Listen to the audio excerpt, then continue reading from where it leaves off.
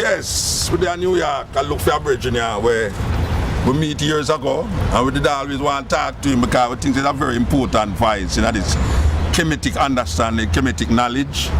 And now that we're there, so we think it's very important that we find him. We have to find him because, trust me man, anytime him talk, you guys understand what we are talking about. You know, you call it Egypt, we call it Kemet, original name. So, yeah, I think it's inside us, so I'm there, you know, yeah, inside us, so. The street, alright, yes. Kemetic. Pata, this is which part we are going. This is which part we are going.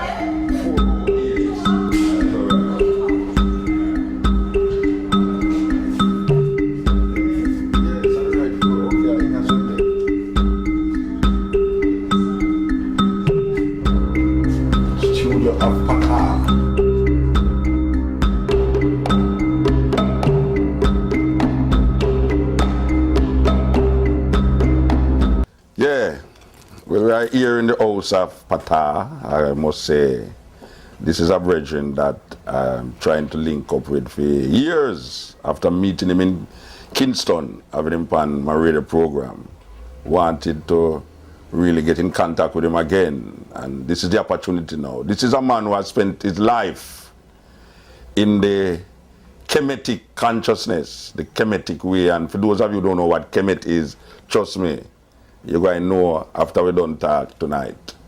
We're talking to Baba Pata. Pata.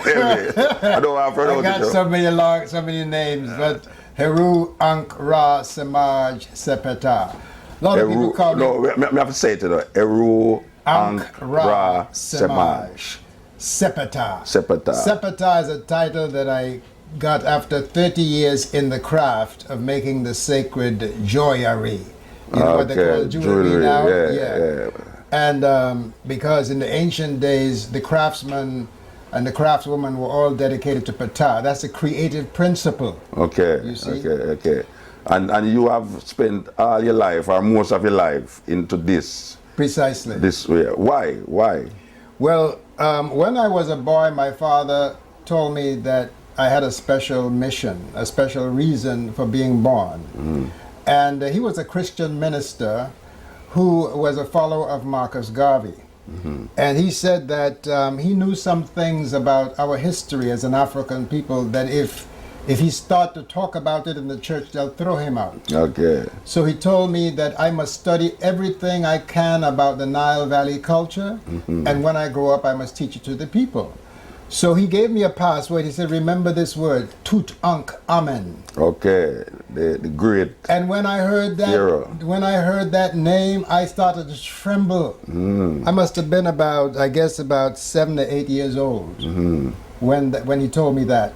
And so from that time to this time, I've been following the thread of that name to reveal the glory of the ancient Africans of the Nile. And they found his tomb in the pyramids. In 1922, my father at the time, he was 18 years old. Mm-hmm. And of course, they blew a trumpet that they found in his tomb, and it was heard around the world. They blew it over the BBC radio.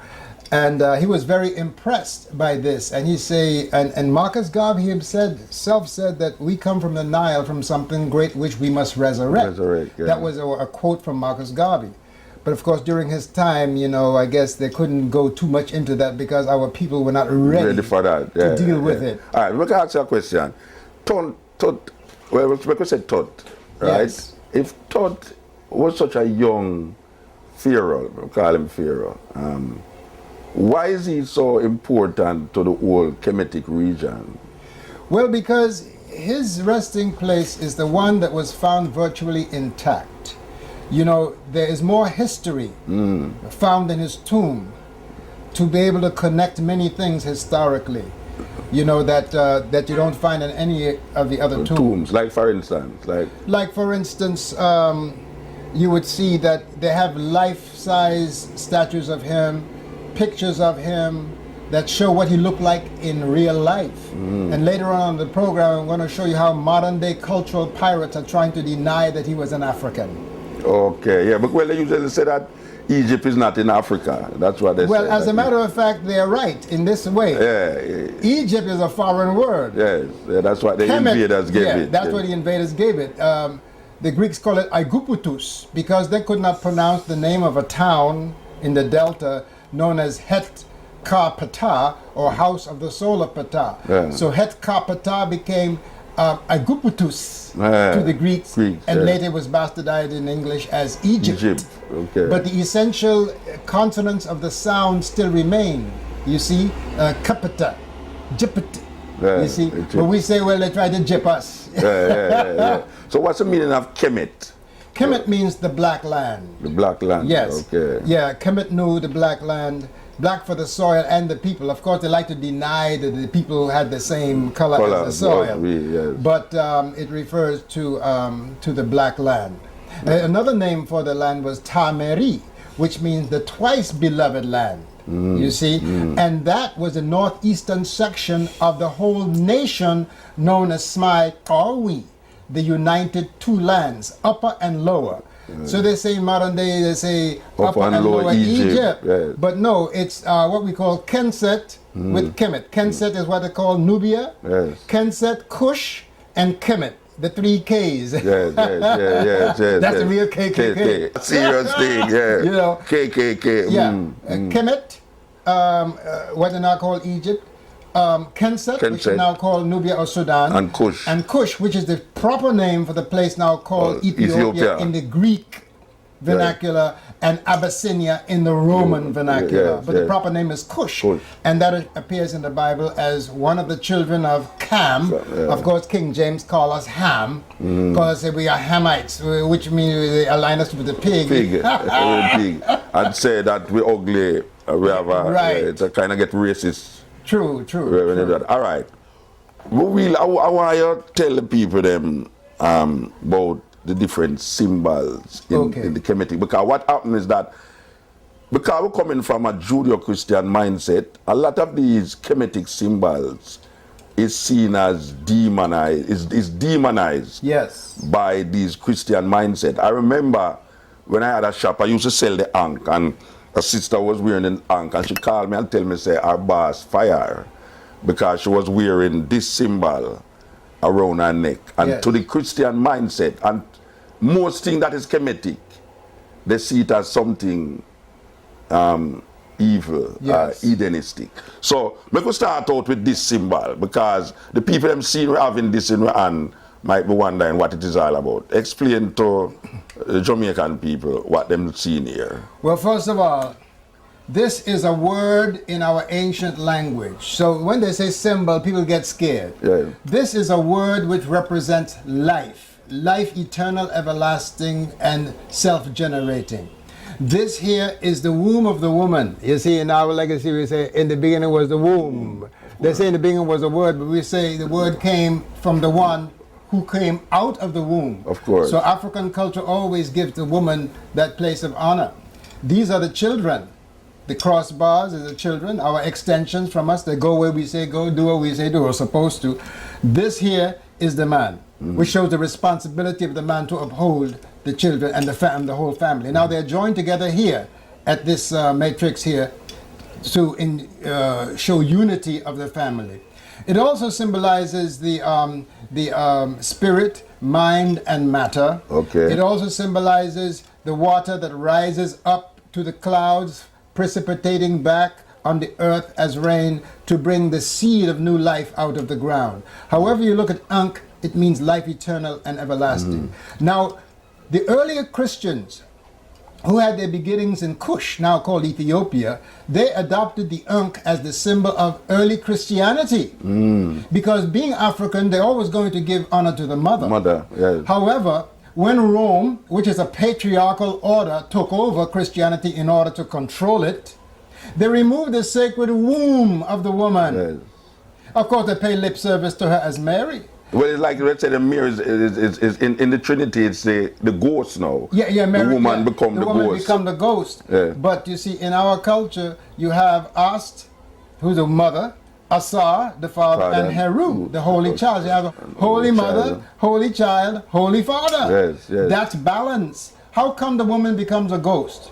Yeah, we always ask that question. Well, of course, because you see, in the patriarchal systems, the woman is always put down. Yes. You know, they just give her lip service, but they do not exalt her. But African culture is matrilineal and matrifocal. The mother does matter. Of course. And if you have a system of belief that does not include the mother, you're going to have what we have today. Problem. The problem we have today. All right. We usually see in the Kemetic Yes. symbolism. For instance, on the wall here, you see animal head Right. and human body. To the Christian mind, that is really a no-no. Oh, Because yes. when you don't understand something, you get blissful in your ignorance. True, You know, indeed. Europeans still say ignorance is bliss. Right, I don't really right, agree with that still. Ignorance Knowledge is bliss. Yeah, ignorance is stupidity. You know, Precisely. So, all right. Explain to the people the different ideas surrounding the Kemetic understanding of animal head, Yes. human body. Very simple. Africans, in order to tell a story, and first people everywhere, Native Americans, Eskimos, they all put on masks in order to convey an idea of nature. So because the falcon is the highest flying bird, because the falcon has the keenest vision, they'll be able to look into the sun without blinking. The early Africans of the Nile adopted the falcon as the totem of the kings, known as Heru, which means the lofty one, the exalted one, you see? And so the king sits down on the throne and puts on the mask of the falcon. It doesn't mean you were worshipping the animal, but look, in the Christian faith, they say, go to the ant, thou sluggard, consider his ways and be wise. And likewise say, be ye wise as serpents and harmless as doves. So we see in the Christian faith, we used doves, we use snakes, serpents as wise, and Moses held up a serpent in the wilderness, and who looked upon it was healed. And then the ants will teach you something about industry and about building and about architecture. So how come when the Christian do it, it's all right, but when the African do it, it's pagan and animal worship? And it was the first doing. The Africans were the first. We were the first to use animals. So in other words, now these symbols is showing that there are certain attributes of animals that is found in the human being. The human being have certain attributes that can be found in the animals, and the animals have certain attributes that can be found in the human being. True. So it's very important to study the animals. That's why we say he's strong as a bull. Or he's as brave as a lion. Or he's as sly as a fox. Yes. We use these analogies. And in the martial arts, we go into various animal forms when we do our fighting. Of course. The crane, you know, and so on. Ironically, the Africans use the head as the animal and the body as the humans. When you look at Greek mythology, they use the head as the human and the body as the animal. If you look at the Capricorn. Yeah, we're there again. We're going into the Kemetic understanding that might be kind of heavy for some, but yet still kind of really edifying for some. And this is what the program is all about. All right, we was talking about the life word. Yes. And then we went on to the animal heads. All right. Explain to me some of the meaning of the heads, what it represents and symbolizes. Well, for instance, you have the hippopotamus, which represents the great mother principle, and then we have the scarab, the beetle. Okay, because that is something that a lot of people wear to and jewelry. People say, scarab. What are you doing with that bug? The bug. Yeah. Well, the scarab lays its egg in dung, and it rolls this dung ball wherever it goes, and the larva of the baby beetles are nourishing itself from the dung. So there is life in the refuse, which wasn't refuse, there's life to the beetle. Yeah.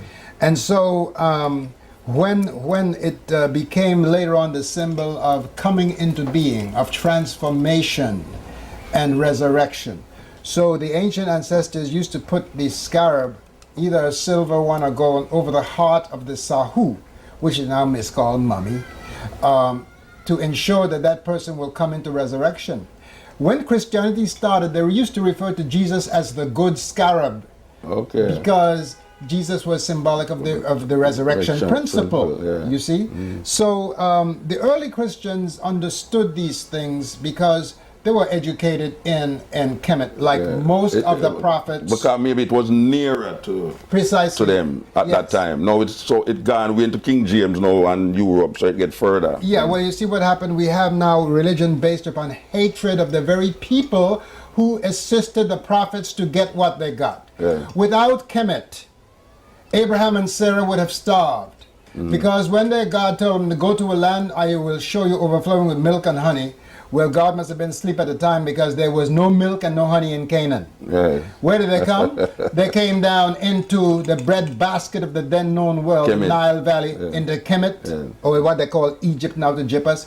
And then we fed them, and they went out richer than they came in. Yes. Now let's go to Moses. And they even include a woman, a Kemetic woman there as the first son. Yes, Ishmael was born of the first son of Abraham. Yes. And later we hear that Sarah came out. Run a road. Yeah. Later on, Sarah, she came out of what they call her menopause, and she had a baby. About 90 years old. 97 years old. What a wonderful miracle. No miracle don't happen no more. Eh? All of a sudden the miracle shut down. Shut down, totally. So then Yeshua, who they now miscall Jesus in the Latin word, Yeshua, his mother brings him down into Kemet to fulfill prophecy. Out of Egypt have I called my son. And again, he was rescued there from the barbarity of Herod when they were trying to kill the firstborn, right? According to the story. Just like in Moses' time, they were trying to kill the firstborn. Precisely. Now here, the prophet Muhammad, he sent his disciples into the emperor of Nagusti of Kush, Ethiopia, to be spared from his own tribesmen, the Quraysh of Mecca. So we see all these major patriarchal religions benefited from contact with the Africans of the Nile, but now all you hear is total vilification and total degradation of these people who made it possible for these prophets to get what they got. And now we have been taught to hate the very source of the knowledge. And yet the Bible say, honor your mother and your father, that your days may be long on the earth. But now we're honoring our uncle Shem and Japheth. We threw away what they call Ham. You know, when Ham is the one who saw the complete revelation, because they say Noah they say was naked, right? And they say Ham come in and see the nakedness and told his two brothers without. And his two brothers took a sheet, covered it upon both their shoulders, and walked backward and turned their faces. They volunteered to be triply blind and not to see the revelation of the great father Noah. But the one who saw it, then he got all the wisdom. So now, here are we being led by those who were blind, who saw nothing, but the one who saw it all, now he's defamed as a heathen and a pagan and an animal worshiper. You see, our African people have got to understand or understand that we have been duped, bamboozled, and these usurpers have told lies and have built religions based upon hatred of the very people who taught their prophets. Yeah, definitely. One of the symbols I want to explain is the symbol of the Mahat. Okay. With this female with the feather. Yes. You know, explain that. Ma'at is the sacred order upon which the universe was constructed. It symbolizes balance, order, harmony, reciprocity, propriety, and sobriety. Ma'at is law, and all of the defenders, the judges, and the advocates used a symbol of Ma'at on their lapels or whatever during the procedures of conducting law. People say, what is your religion? I say, well, I don't have a religion, I have a spiritual way of life. And it's based upon Ma'at, it's based upon balance.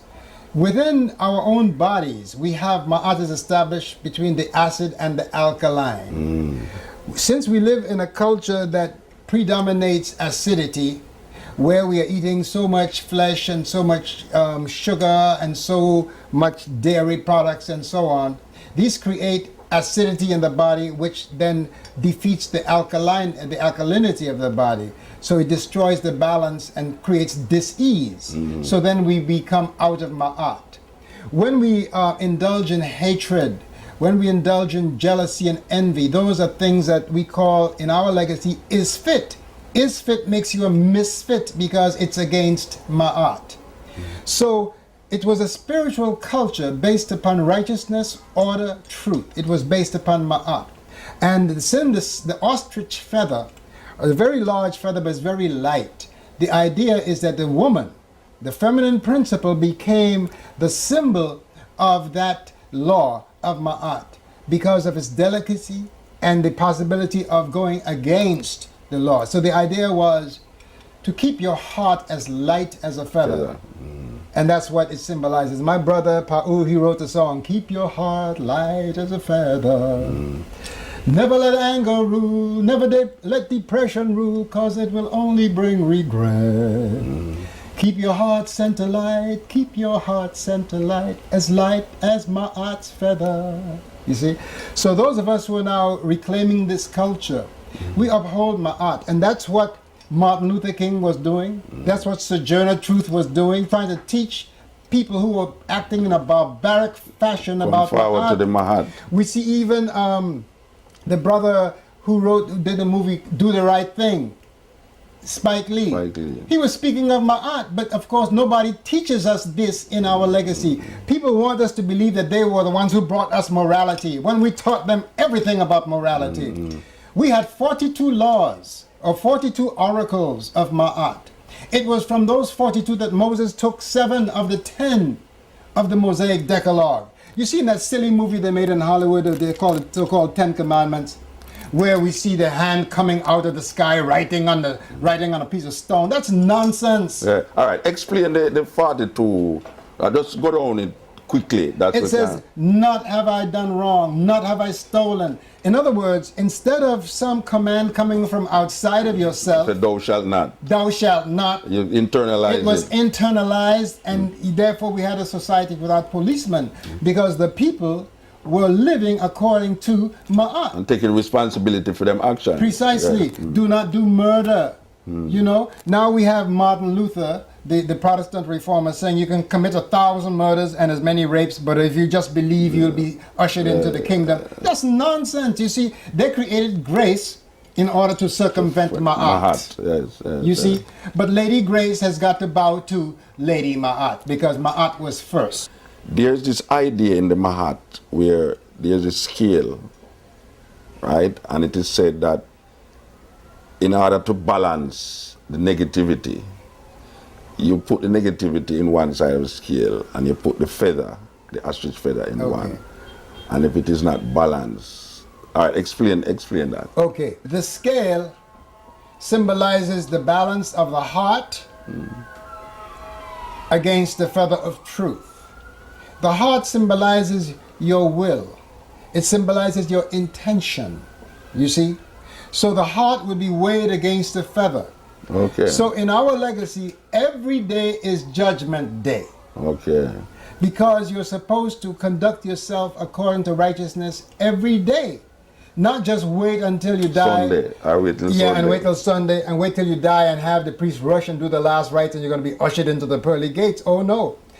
In the iconography of our ancient ancestors, you will see Ma'at with her wings spread out like this. Okay, that's where they get the angel symbol. That's where they get the idea of angel with wings from the temple walls. Ast and her sister Nebuchadnezzar, who the Egyptologists called Isis and Nephthys, they also have wings. And you can see them on King Tut's burial place. You can see the wings of these angels with wings.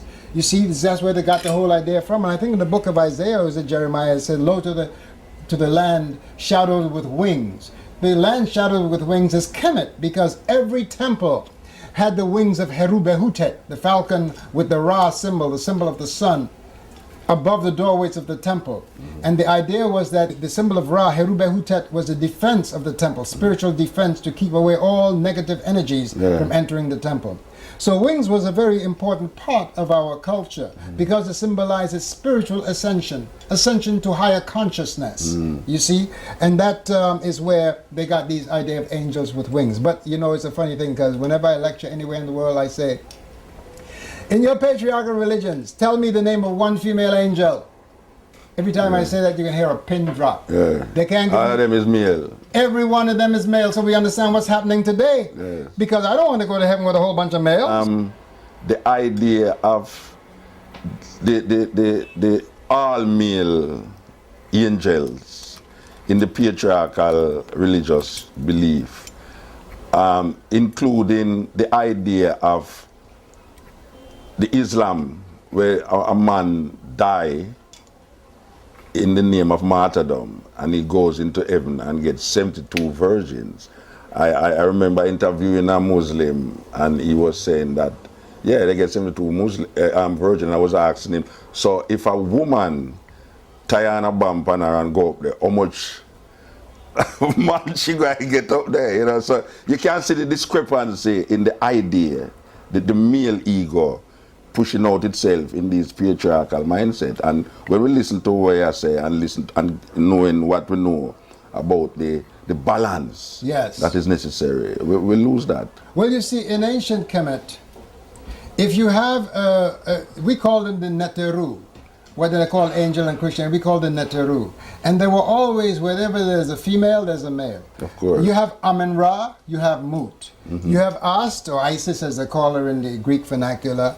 You have Asar, who they call Osiris. You have Ptah, you have Sekhmet.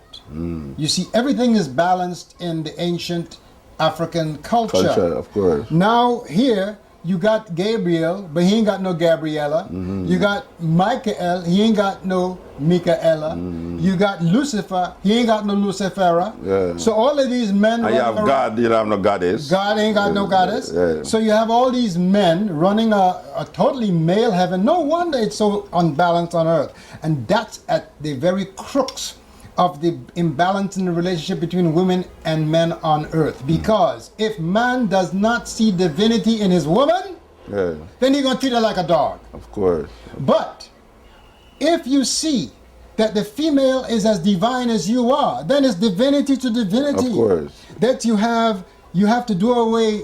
The age of the matriarchy is past. The age of the patriarchy is fast coming to a close. Now we are going to see matriarchy, a restoration of balance between the feminine and masculine principles on all levels.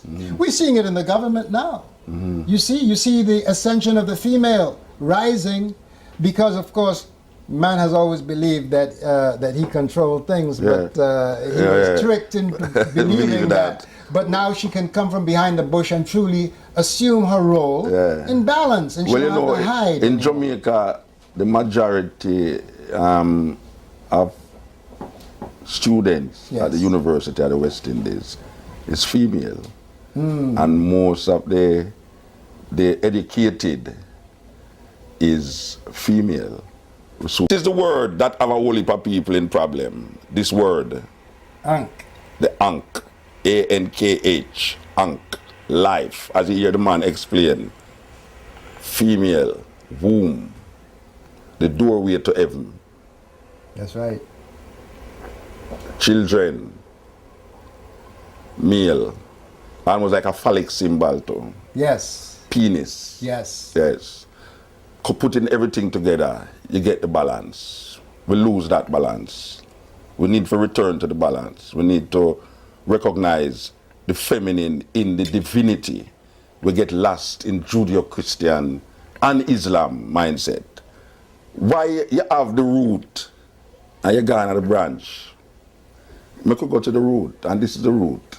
Yes, indeed. This is the root. And you see, after going to all the lectures, reading all the books of this culture, we say, well, it's not just to feel good about how great our ancestors were. We are great now. We have to reawaken our ancestral and hereditary memory. All of these memories are encoded in our cellular structure, in our DNA. And if we truly desire to resurrect these concepts All we have to do is live it. Enough of the speeches, enough of the books. Let's begin to apply the principles that we have found to be true right now in our lives. Let us reclaim Ma'at again. Let us be righteous to each other. There's too much crime among us. We are in disobedience to our own standards as people of African ascent. Because we do not know, they will not teach us about Ma'at in the school. Oh, they will show you the pyramids and the mask, the golden mask of King Tut. But they don't even tell you it's Africa neither. Of course not. Because, of course, they say Egypt is not in Africa. But last time I looked, it was still there in the continent. They say now it's in the so-called Middle East. What's the middle of what? It's right there on the continent, and it was fed. As a matter of fact, the ancient kings, the Nsut, who they now call Pharaoh. By the way, Pharaoh comes from a mispronunciation of the word which means the great house. Just like in the United States, you refer to the president as the White House. You know who's talking. So the great house, the and that title was used only mostly during the Greek time, the Greek phase, which now becomes Pharaoh. You can go up and down the Nile and you will not find the word Pharaoh written in the original language. Of course not. You can go up and down the Nile and you will not find the word Egypt on any stone, on any temple, on any stela. Nowhere you will find this word Egypt. You will find Tameri, you will find Smaitawi, you will find Kemet, you will find Kenset, you will find Kush or Cash, but you will never find Egypt, you will never find Pharaoh. So all these foreign terms, you see what happens, foreigners come into the land and they give things names. By giving it names, they now claim it as theirs. Like all the papyri that they have stolen that's in the various museums, you got the Smith papyri, the Ebers papyri, all of these different names of foreigners who found these things, they put their names on them, now they own them. And now they have titled this whole history of ancient African high culture, which belongs to the world. Africa is the mother of all creation, so therefore her children gave these divine science, this divine spiritual science to the whole world. You don't have to steal it. You don't have to engage in cultural piracy like Mr. Zawi Hawass now. They have these forensic experts, what they call forensic experts, making a bust of King Tut when we have the actual way that he looked in real life here. They have created this made out of plastic over here. And look at the shade of his skin.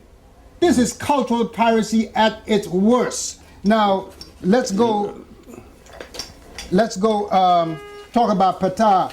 Here is Ptah, from who they got the Oscar.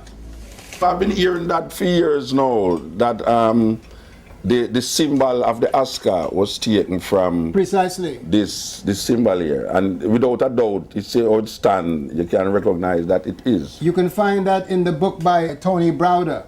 Yes. Tony Browder's book, Nile Valley Contributions to Civilization. You will see that brother has done a masterful job of showing what was stolen. Here is King Tut, the way he looked in real life. Okay, you see. This is what they took out of the of his resting place. This bust and this one here was done by people who were alive at the time who made these images of the boy. Now here these forensic experts come with this to try to steal the glory of the ancient African culture from the African people. Well, they always do that still. But it's a shame because you see, they keep us in ignorance so we can fill up their jails. Because if we're not inspired to have knowledge of who we were, then we will always believe the lies that tell us about ourselves, so much that we have this self-hatred now we're bleaching our skin. You see in Africa, women are walking around with pink hands and pink face, and the rest of their body is dark brown and black. By the way, I don't like the word black, you know, because the word black has the term lack inside of it. I brown, because in brown you have own, O-W-N. You see? All right, that's the next story. That's the next story. That's the next story. All right, but you know, the usurping of these ideas from them time has caused us as African people to really go down. And there is a need to reclaim all of this. But in the reclaiming, there's hardly anyone that is really bringing it to light. Yet you have so much people who know the truth. Yes. What do you think is the easiest way, possibly, that can allow these information to get out there? Well, like what you're doing right now. It takes courage for you to rise up in the heart of Rasta, who actually use the King James Version as their Judeo-Christian Bible. mindset, yeah. It takes courage to do this. I always tell people, bringing this is more dangerous than being Martin Luther King or Malcolm X or any of that. You know why? Because all of those brothers, at the great work that they did, they were still trapped in Abraham's house. They did not yet come to the house of Cam, which made Abraham possible, which fed him. Yes, you see? So even Marcus Garvey, he tried his best and he did a great work. But again, because the effort is not based upon African spirituality, it tends to fail every time, because the ancestors who are ever living will not bless us until we go into the groove of our ancient ancestral paradigm, our ancient foundation.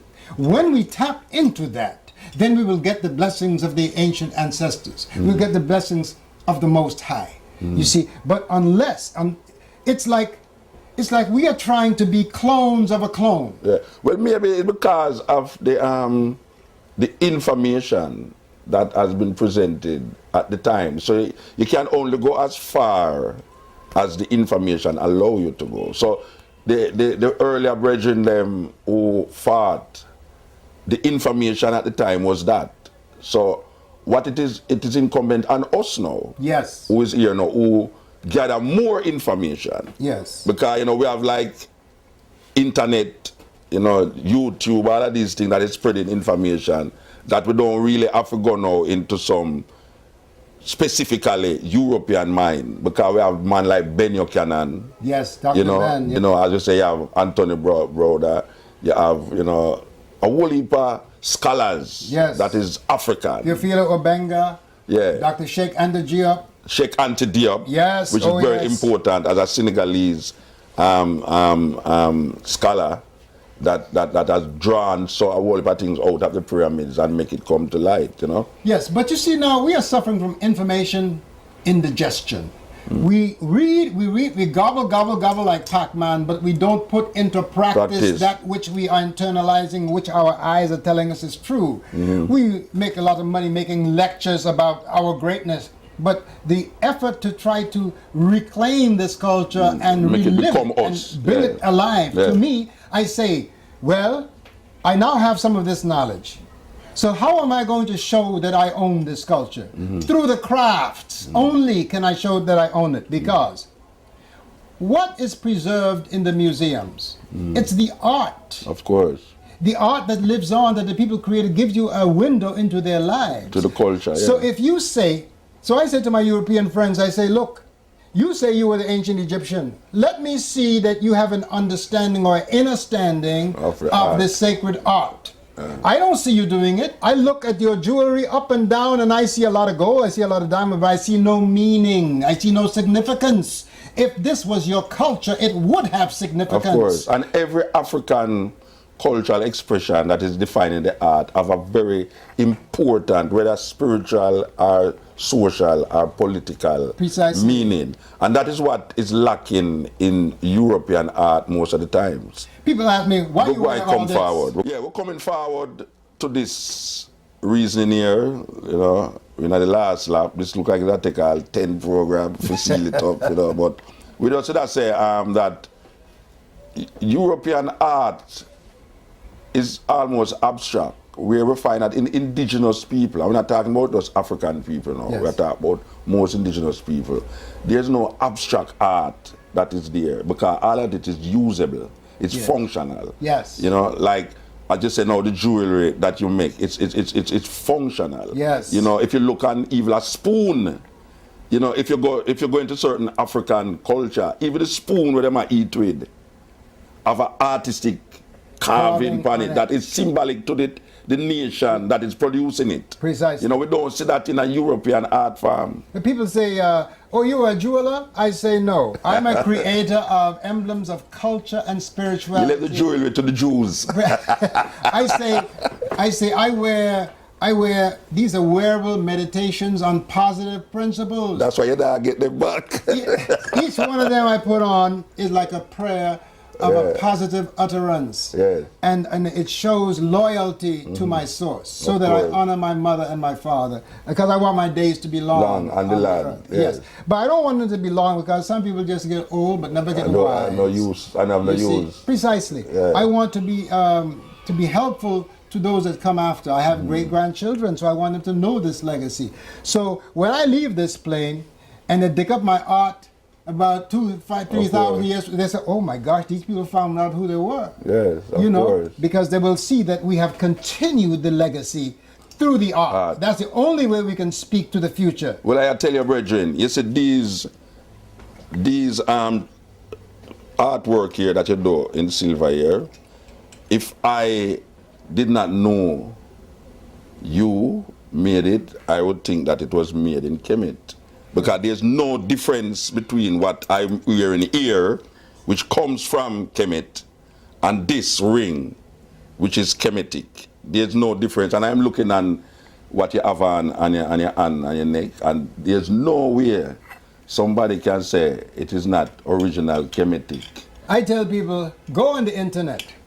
Go to the studiopatah.com, PTAH.com, and you will see, check out my works, and go all over the world in the various .com and see if you see anything that compares to the work that I do. Yeah. Because I am committed to this with my whole life. I can't see that, brethren. I can't see that. Trust and me. I've been consistent in all these years. Yes. Because I want to be faithful to my ancient ancestors, and I want our young people to get this, because we are creating fodder for destruction. They're building jails for us. Of course. Because to them, it's better to put us in jail than to give us the knowledge. It costs more to keep a man in jail than to educate him. But you see, these folks don't want any competition for their fair-haired children. So they want to keep us in ignorance. Right here in New York City, the schools are run by people who do not have our best interest at heart. Yes. You see, so I say we must, and listen, I am not what they call anti-Semitic. I don't believe in that, because people say, well, what's the difference between the Jews and the blacks? I say the Jews, they read all the time. Every time I see them walking, they got a book in their hand. Instead of hating them, I would say, let's imitate what they do. Let's read. Yeah, well, Marcus Garvey used to say that. Marcus Garvey used to say, study. Even Marcus, that is why Marcus Garvey went and meet the Grandmaster and the Ku Klux Klan. Because he must say, this is some people who know what them is all about. You know, and Marcus Garvey said, look here, the Jews them know about something. Why we can't look upon them and recognize that what they are doing is good for them. And there's something that we're not doing that them is doing. Right. That we should be doing. You see, we rely on people and we complain that they're not teaching us about ourselves. That's nonsense. It's our responsibility. Of course. Because, you see, they take off the chains from our hands and our feet, but the chain is on our mind. Yeah. And so now, look what has happened. Some of our own brothers and sisters in Africa, they helped to put us on board the ships to bring us over here. Now we are going back there as missionaries to chain up their souls. Yeah, with the Christianity. Precisely. Yeah. So we are returning the favor. The only thing is more dangerous now, because the souls are being enslaved. Of course. And when your soul is enslaved, you are finished. You can't lick out no There's chain. no way you can come back. You're like a zombie. Precisely. You have been resurrected in the zombie farm, man. You better believe. We in Jamaica, it's not that the people them don't want to hear something different. It's just that it is not given to them. Yeah. So the foolishness come at us so much that we start to accept the stupidity. They just say ignorance is bliss. Yeah. That is really what them teach you now. Ignorance is so much bliss now that there's so much ignorance there they know that it gets so blissful, so we live out the bliss. So we need really to reclaim that vibration, and those who know is those who are supposed to spread it. Yes. And I feel that you is one of the man them who is very important to spread these Kemetic vibes. Oh, yeah, definitely, man. Yes, yes, brethren and sisters, this is a serious reasoning Yes. Go on, as we say, you might have heard a lot of things here that so heavy down on your shoulder, yes, and all that. But it is very important because we need a new faculty of interpretation for a lot of the understandings that was claimed by Europeans. We have to reclaim that now. We have to realize that there's a lot of things that was said to us, that the mask is now we have to move the mask and come to the, as Marcus Garvey said, get to the root of the thing, not the branch. And this is all about the root. And there's a lot of things we are familiar with that if we should really get down to the nitty-gritty, it's just the periphery of the understanding. Just like we have the King James Bible, so now. A lot of the King James Bible stories is just a peripheral African tale, African mythologies that has placed in front of us to make we feel, say, some things will happen for real and don't understand the symbolism that is important. It is not a lot of it is not historical, it is symbolic. And to understand the symbols is more important than to go through a faith passage and define it as historical, because that is really the problem. We're trying to make African mythology become historical, and then we can't prove it, and then we get ourselves in a problem, rather than understanding the symbols that is placed in front of us. Yes. Give thanks.